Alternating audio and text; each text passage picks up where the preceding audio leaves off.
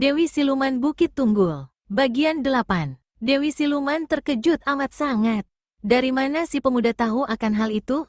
Tapi untuk bertanya, lagi-lagi mulutnya takluk membisu di bawah pandangan mata pendekar 212. Bukan pula dengan menculik gadis-gadis cantik lalu meracunnya dengan obat kesetanan. Hendak menguasai dunia persilatan dengan cara seperti itu, bukan saja tak akan berhasil, tapi akan membawa pelakunya pada satu kehancuran yang mengerikan. Kehancuran itulah suatu akhir, hancur sendiri atau dihancurkan. Dan kurasa kau tak mau menemui kehancuran atau dihancurkan, Dewi Siluman. Bukankah begitu? Tenggorokan Dewi Siluman turun naik. Tiba-tiba meledaklah kemarahannya. Orang muda, bicaramu keliwat pandai. Apakah kau juga pandai menerima pukulanku ini? Laksana kilat, Dewi Siluman hantamkan tangan kanannya ke arah Wiro. Satu larik sinar biru yang amat panas menderu. Di seberang sana, pendekar 212 berkelebat dan berakak. Dinding kamar di belakangnya hancur lebur, runtuh merupakan satu lubang besar kini. Kau menghancurkan dirimu sendiri, Dewi Siluman, desis Wiro Sableng disertai lontaran senyum. Tidak sukar untuk kembali ke jalan yang baik. Di jalan yang baik itu, kau akan melihat satu jalan lurus yang wajar untuk menguasai dunia persilatan ini. Dewi Siluman melotot besar sewaktu melihat pendekar 212 berhasil mengelakkan diri dari serangan angin biru-nya tadi. Orang muda, pintu masih terbuka bagimu untuk menguasai dunia persilatan ini bersamaku menurut caraku. Menyesal sekali, Dewi. Kau yang akan menyesal jika kau menolaknya, tukas Dewi Siluman. Meski ilmumu setinggi langit, tapi tak satu manusia pun yang bisa menghancurkanku. Bukan orang lain yang akan menghancurkanmu, tapi kau sendiri, sahut pendekar 212. Dewi Siluman tertawa aneh. Dia kembali duduk di tepi tempat tidur. Jangan kelewat memandang sebelah mata terhadap Dewi Siluman, orang muda. Kalau aku tidak melihat bahwa kau bakal mempunyai peruntungan baik bersamaku, siang-siang aku sudah hancurkan kepalamu. Dewi Siluman tertawa lagi, lalu rebahkan dirinya perlahan-lahan di atas tempat tidur. Pakaian tidurnya tersibak dan menjulai ke lantai yang ditutupi permadani tebal. Mata pendekar 212 mengecil, sejenak hatinya digelorai oleh darah muda. Orang gagah, kemarilah, panggil Dewi Siluman. Suaranya berubah merdu, tidak membentak lagi. Wiro tetap berdiri di tempatnya. Kemarilah, Dewi Siluman lambaikan tangannya. Pendekar 212 melangkah. Dia berhenti satu tombak dari samping tempat tidur. Gelora darah mudanya semakin menyentak-nyentak. Dewi Siluman menopang dagunya dengan telapak tangan kanan, memandang gairah pada si pemuda lalu berkata, "Seluruh isi istana ini akan menjadi milikmu, orang muda. Dunia persilatan akan berada di tanganmu. Dan kita hidup berdua di sini. Bukankah indah sekali?" Dewi Siluman menggerak-gerakkan kakinya. "Kedengarannya memang begitu," sahut Wiro. "Tapi akan lebih indah lagi bila kau mau menelan pil ini." Dewi Siluman kerenyitkan kening, sipitkan mata, dan memandang pada sebuah benda kecil hitam di tangan Wiro Sableng. "Pil apa itu?" tanya Dewi Siluman acuh tak acuh. Pada dasarnya, manusia itu semuanya berhati dan berpikir baik. Tapi kekotoran duniawi meracuni hati dan pikirannya. Obat ini akan sanggup membersihkan kembali racun hati dan racun pikiran yang jahat itu, Dewi Siluman. Dewi Siluman tertawa berderai. "Maksudmu, kau mau mengobati diriku, orang muda?" Wiro anggukkan kepala. Dewi Siluman tertawa lagi panjang-panjang. "Hanya orang sakit yang minum obat. Aku tidak sakit, kau memang sakit, Dewi Siluman. Sudah sejak lama," kata Wiro pula. Dewi Siluman luruskan kedua kakinya yang mulus bagus. "Aku akan telan pil itu," kata Dewi Siluman. "Tapi dengan satu syarat." "Apa?" "Berbaringlah di sampingku." Bergelegar dada pendekar 212. Darah muda di tubuhnya laksana hempasan ombak yang memukul batu karang di pantai curam. "Kau perlu istirahat, orang gagah. Kau perlu tidur," kata Dewi Siluman penuh genit. Kegenitan yang mengandung racun. "Soal tidur soal gampang, Dewi," kata Wiro dengan menahan kobaran darah mudanya. "Kebaikan adalah yang paling dulu mesti dikerjakan. Kuharap kau bersedia menelan obat ini." Dewi Siluman tersenyum. "Aku ingin sekali menghiburmu, tapi sayang, gadis pemetik kecapi itu tak ada di sini."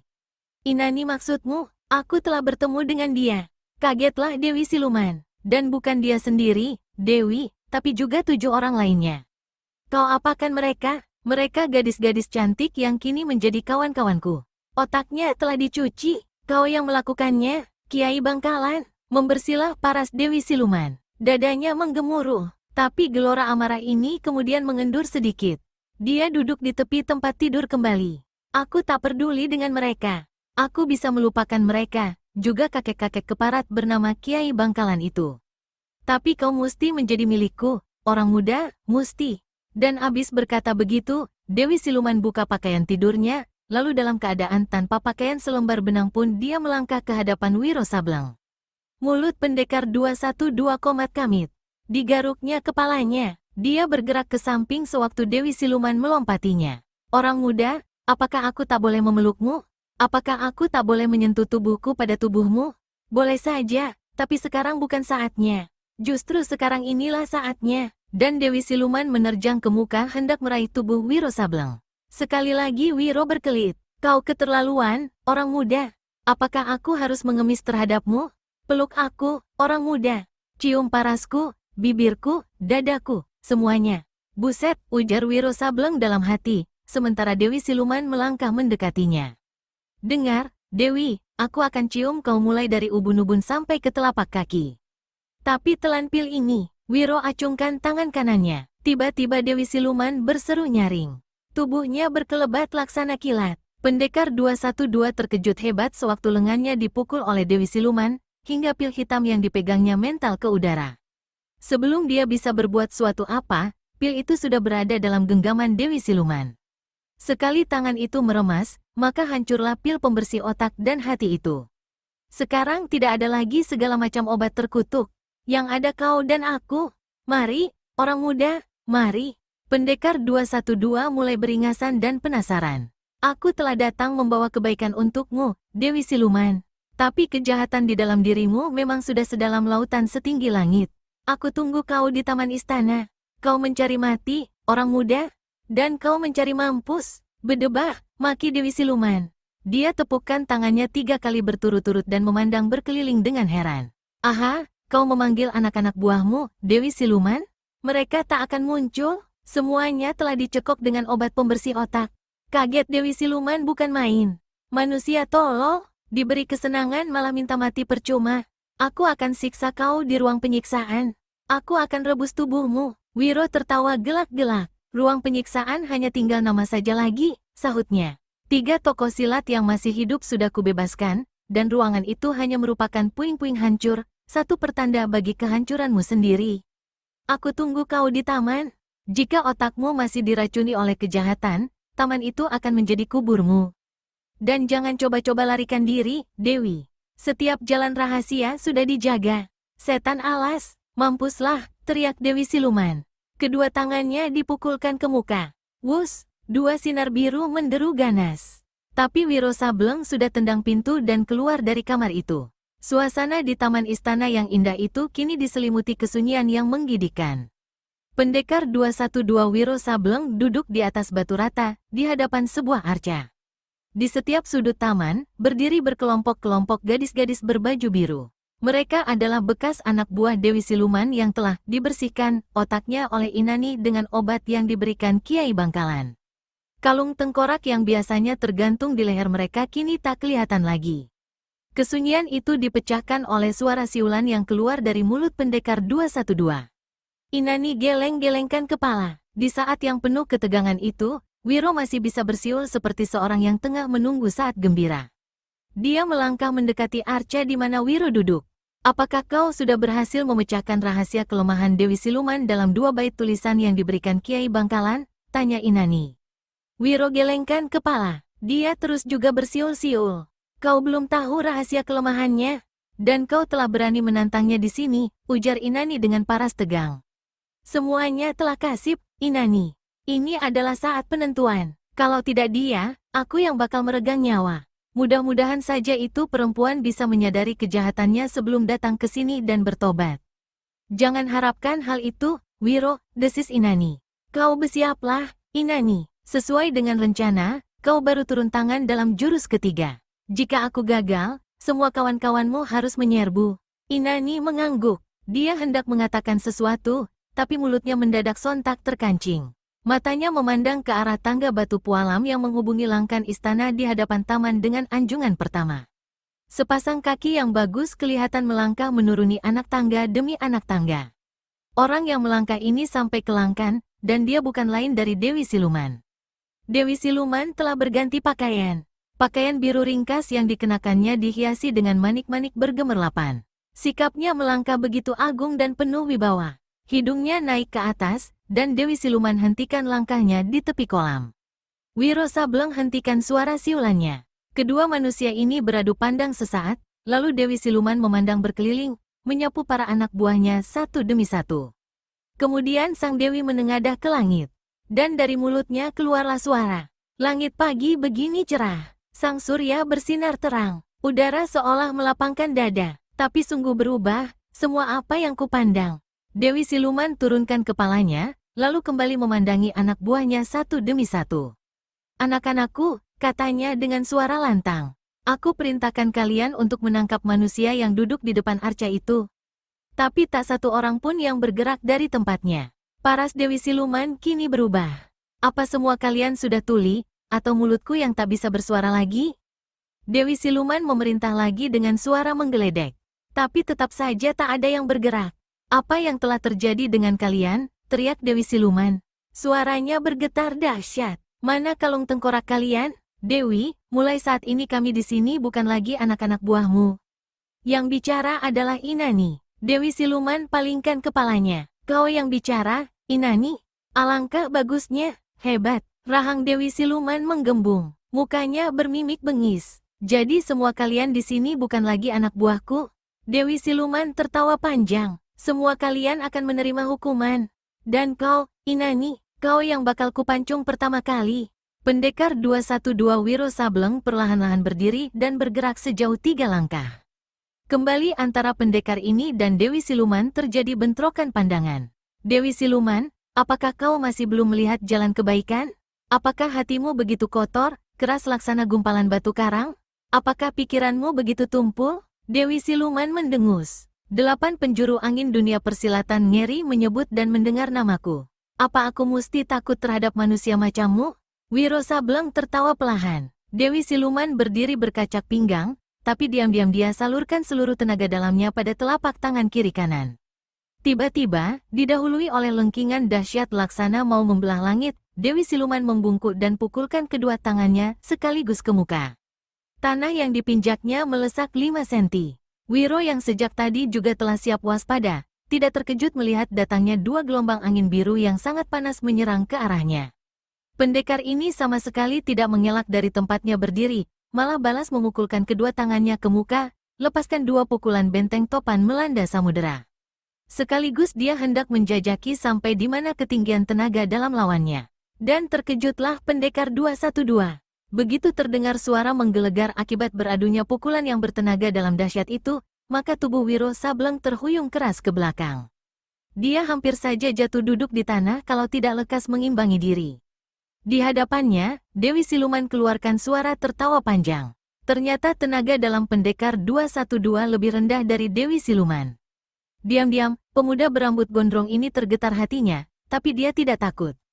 Kalau kehebatanmu cuma sebegitu, tak sukar bagiku untuk meringkusmu, pemuda tolol, kata Dewi Siluman. Dan segera dia loloskan kalung tengkorak di lehernya, sedang tangan kiri keluarkan segulung benang sutra halus berwarna biru. Jurus kedua ini adalah jurus terakhirmu, kata Dewi Siluman. Dengan ilmu menyusupkan suara, Inani peringatkan Wiro Sableng. Cepat keluarkan senjatamu, kau tak bakal kuat menghadapinya dengan tangan kosong. Benang sutera itu lihai sekali. Di saat Wiro merasa ragu-ragu untuk keluarkan senjata, maka Dewi Siluman melangkah sambil acungkan kalung tengkorak. Kau lihat tengkorak ini? Nasib tengkorak kepalamu tidak lebih baik dari ini. Tengkorakmu cukup bagus untuk diramu sampai kecil dan dijadikan kalung. Lalu dengan sebuah jurus bernama petir menyambar naga berenang, Dewi Siluman menyerbu.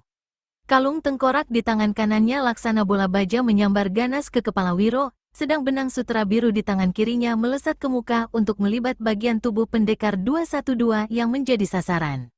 Wiro, keluarkan senjatamu cepat, teriak Inani. Tapi Wiro menyambut serangan lawan dengan pukulan sinar matahari.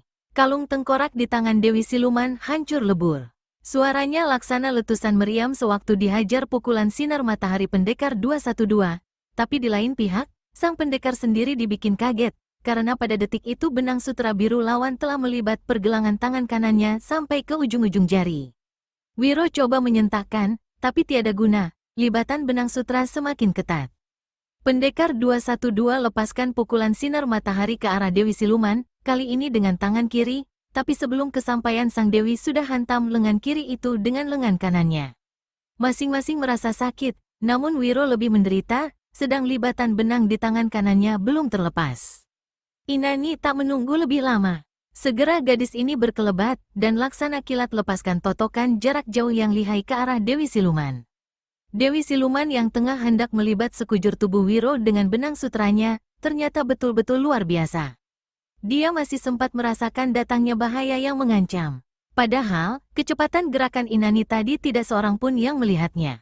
Sang Dewi rundukkan tubuh untuk hindarkan sambaran angin yang dirasakannya menyerang ke urat lehernya.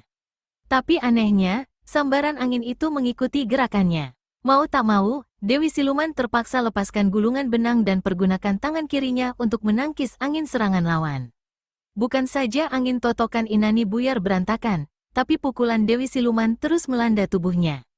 Karena tenaga dalam Inani jauh lebih rendah, tak ampun lagi gadis ini mencelat sampai 8 tombak, terguling di tanah, masuk ke dalam kolam. Inani kelihatan seperti hendak berenang, tapi tubuhnya kemudian tenggelam, sedang air kolam tampak merah oleh darah yang muntah dari mulutnya. Melihat ini, Laruni segera melompat, ceburkan diri ke dalam kolam, lalu menyeret Inani keluar. Tubuh Inani dibaringkannya di satu tempat yang aman dan diberi pertolongan sedapat-dapatnya. Sebenarnya, Dewi Siluman merasa terkejut akan kehebatan angin pukulan aneh yang tadi dilepaskan Inani. Namun kini terdengar suara tertawanya mengekeh. Itu contoh pertama buat manusia-manusia murtad yang berkhianat terhadap Dewi Siluman, berkata sang Dewi dengan seringai bengis. Dia lalu cepat-cepat palingkan kepala ke arah Wiro Sableng. Kegusarannya tiada taraf sewaktu melihat pendekar 212 berhasil melepaskan benang sutra yang melibat sebagian tangan kanannya. Benangmu ini cukup lihai, Dewi. Aku mau lihat apakah kau sendiri sanggup menghadapinya, kata Wiro. Dewi Siluman ganda mendengus. Dia mundur beberapa langkah lalu berlutut di atas rumput. Mata dipejamkan, sedangkan kedua tangan bersidekap di muka dada. Saudara, seru Laruni terkejut. Hati-hati, dia hendak keluarkan ilmu 1000 siluman mengamuk. Pendekar 212 yang memang sudah diberitahu kehebatan ilmu 1000 siluman mengamuk itu, segera lesatkan benang sutra biru di tangannya. Laksana seekor ular, benang itu meluncur ke arah Dewi Siluman. Tapi anehnya, satu tombak dari hadapan sang Dewi, benang itu tak mau lagi meluncur, melainkan membelok-belok kian kemari menjauhi sasarannya. Sialan, maki pendekar 212. Gulungan benang di tangannya dilemparkan ke kolam. Sementara itu, dari ubun-ubun Dewi Siluman, Wiro melihat asap hitam mengempul bergulung-gulung. Waktu dia memandang berkeliling, tak seorang gadis baju biru pun dilihatnya. Pasti mereka telah sembunyikan diri karena takut akan ilmu sang Dewi. Sepasang mata pendekar 212 tidak berkesip dan memandang ke arah Dewi Siluman penuh waspada. Kepulan asap semakin tebal. Seluruh tubuh Wiro Sableng sudah tergetar oleh aliran tenaga dalam, kedua kaki merenggang. Hatinya tegang sekali menunggu detik demi detik. Tiba-tiba dari mulut Dewi Siluman terdengar suara seperti orang menangis.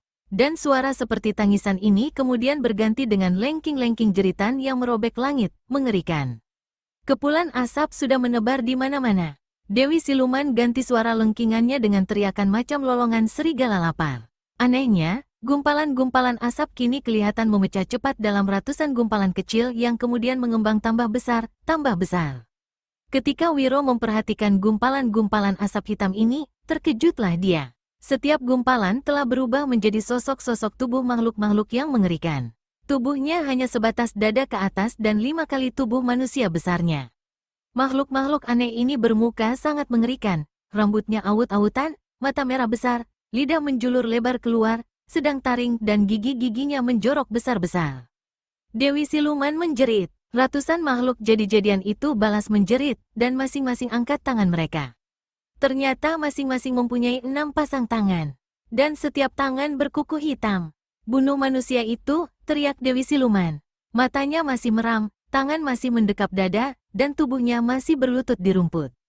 Ratusan makhluk siluman menjerit dahsyat dan menyerbu berserabutan ke arah Pendekar 212 Wiro Sableng.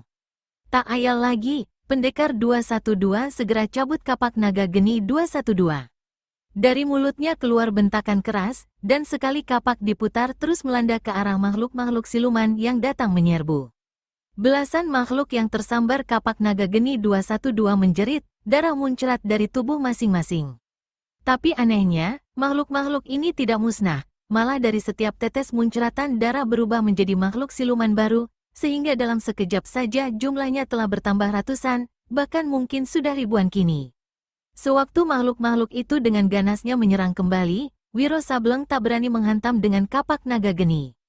Tubuhnya berkelebat dan lenyap. Untuk beberapa lamanya, dengan gesit dia berhasil mengelakkan setiap serangan yang dilancarkan oleh ratusan makhluk siluman itu. Dari samping, dari atas, dan dari bawah, tiada kunjung hentinya datang serangan. Sampai berapa lamakah Pendekar 212 sanggup pertahankan diri? Sementara itu, dalam keadaan yang mulai terjepit itu, Wiro masih juga belum berhasil memecahkan rahasia kelemahan ilmu 1000 siluman mengamuk yang tersembunyi di balik dua rangka kalimat. Ilmu 1000 siluman mengamuk teramat sakti. Hanya suara yang sanggup mengalahkannya. Telinga Pendekar 212 mulai sakit oleh kedahsyatan luar biasa jeritan-jeritan ratusan makhluk siluman yang datang menyerangnya.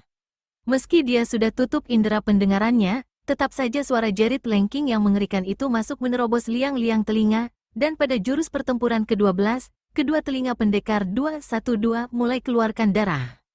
Mampuslah aku, keluh Wiro dalam hati. Baru saja dia mengeluh demikian, satu sambaran tangan lawan tak bisa dielakkannya. Brit, robeklah pakaian Wiro Sableng. Dadanya tergurat luka disambar kuku dari makhluk siluman, dan tubuhnya dengan serta-merta menjadi panas. Wiro cepat telan sebutir pil, lalu melompat 6 tombak dan tekan gagang kapak naga geni 212 di bagian leher kepala naga-nagaan. Ratusan jarum hitam menderu ke arah makhluk-makhluk siluman.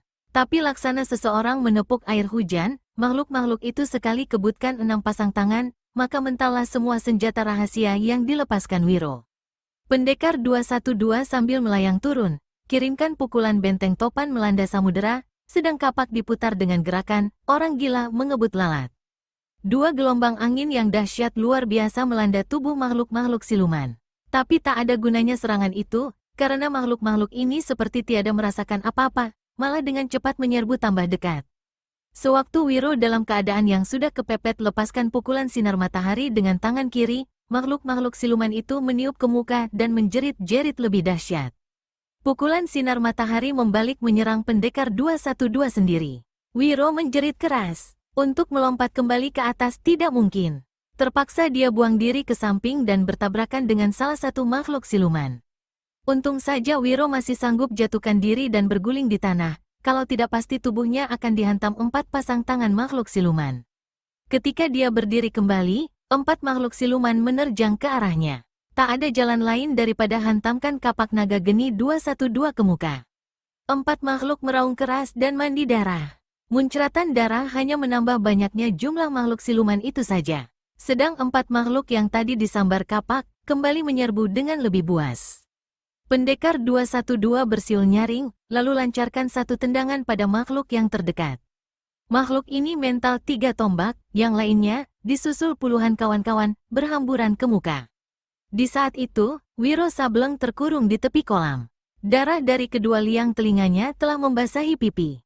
Pakaiannya robek-robek, sedang kulit tubuhnya berselomotan darah bekas cakaran makhluk-makhluk siluman. Satu-satunya tempat untuk selamatkan diri ialah patung perempuan telanjang yang terdapat di tengah kolam. Tanpa menunggu lebih lama, Wiro melompat ke atas kepala patung itu. Ketika puluhan makhluk siluman melayang ke arahnya, maka Pendekar 212 segera keluarkan batu api dari balik pakaian. Begitu makhluk-makhluk itu menyerbu, Wiro adu batu api dengan mata kapak. Satu gelombang angin menggebu ke arah makhluk-makhluk siluman. Gerakan puluhan siluman itu terhenti sejenak. Api menyambar tubuh mereka, tapi sedikit pun tak membawa akibat apa-apa, malah bersama puluhan kawan-kawan, makhluk-makhluk yang kena disambar api ini cepat teruskan serbuan mereka. Wiro Sableng lompat dari atas patung, melesat ke bagian lain dari kolam. Boleh dikatakan seluruh taman telah dipenuhi oleh makhluk-makhluk siluman.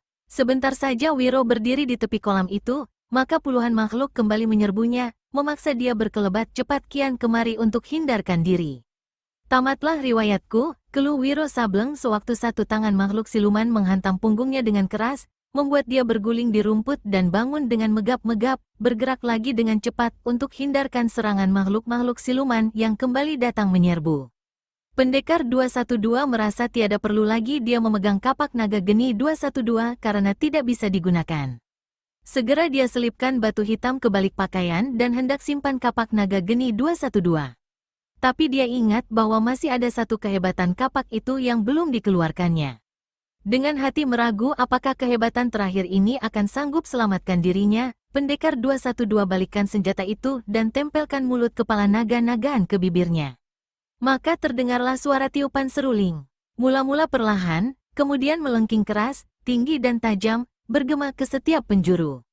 Ratusan makhluk siluman tampak tertegun. Suara jeritan-jeritan mereka mulai perlahan, dan semakin tinggi nyaring suara seruling, jeritan-jeritan makhluk itu semakin berkurang, dan akhirnya lenyap sama sekali. Wiro kerahkan seluruh tenaga dalamnya. Tiupan seruling laksana deru ribuan tawon. Makhluk-makhluk siluman kelihatan bingung dan mundur, lalu menjerit dan berteriak-teriak aneh. Sekelompok demi sekelompok tubuh mereka kembali menjadi kepulan asap hitam, untuk kemudian sirna tiada bekas. Ketika keseluruhan makhluk siluman itu lenyap menjadi asap, dan asap lenyap pula dari pemandangan, maka kelihatan Dewi Siluman di tengah taman. Mukanya pucat pasi, dari telinga, hidung, mata, serta mulut keluar darah kental. Sekujur badannya tergetar hebat. Sewaktu pendekar 212 tiup suling kapak naga geni, Dewi Siluman tersentak kaget. Bagaimanapun dia kerahkan tenaga dalam dan tutup pendengarannya, namun suara seruling tak berhasil ditolaknya, terus menyeruak ke dalam liang telinga, mengacaukan jalan pikirannya, serta menyentak-nyentak pembuluh darah, membuat aliran darahnya tidak teratur lagi. Dewi Siluman coba bertahan dengan sekuat tenaga dan kesaktian yang dimilikinya, tapi kini dia telah ketemu batunya. Tiupan seruling pendekar 212 yang sangat dahsyat telah membongkar kelemahan ilmu siluman yang dimilikinya. Bukan saja ilmu siluman itu musnah berantakan, tapi juga tiupan seruling terus membungkus dirinya, tiada sanggup ditolak lagi. Sambil terus tiup senjatanya, Wiro Sableng memaki dalam hati.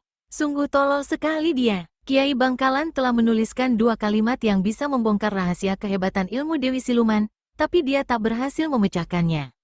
Masih untung dalam keadaan sangat terjepit, dia tiup senjata itu, padahal itu pun tadi dilakukannya dengan hati bimbang karena khawatir akan sia-sia. Tubuh Dewi Siluman makin lemah.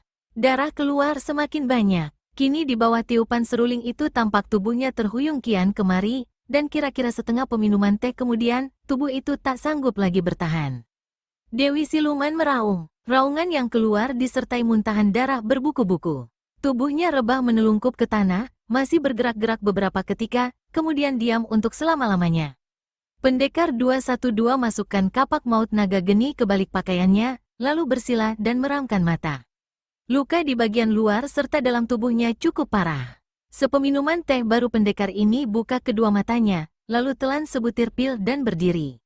Gadis-gadis berbaju biru dilihatnya bermunculan kembali di sudut-sudut taman. Wiro melangkah ke tempat di mana Inani duduk tersandar. Dia sudah sadar dari pingsannya dan memandang kepada pemuda itu sewaktu Wiro melangkah ke hadapannya. Wiro tersenyum dan berlutut di hadapan gadis ini. Inani membalas senyumnya. Matanya yang tadi sayu kini kelihatan bersinar. Kau hebat, Wiro. Aku manusia tolol geblek, sahut Wiro Sableng. Sudah hampir mau kojor, baru bisa pecahkan rahasia yang diberikan Kiai Bangkalan. Itu pun secara tak sengaja. Inani tersenyum. Wiro memegang tangan gadis ini. Kau tak apa, gadis itu menggeleng. Terima kasih atas pertolonganmu, bisik Wiro. Dia memandang berkeliling lalu kembali berpaling pada gadis itu dan berkata, sudah saatnya kita meninggalkan tempat ini, Inani. Inani mengangguk. Dibantu oleh Wiro, gadis ini berdiri. Mereka saling pandang sejenak, sama-sama mengulas senyum, dan mulai melangkah ke arah langkan istana Dewi Siluman di mana kawan-kawan Inani menunggu. Di langit, sang surya bersinar cerah. Satu kejahatan telah musnah, tapi pendekar 212 Wiro Sableng tahu bahwa masih banyak lagi manusia-manusia jahat yang mesti ditumpas.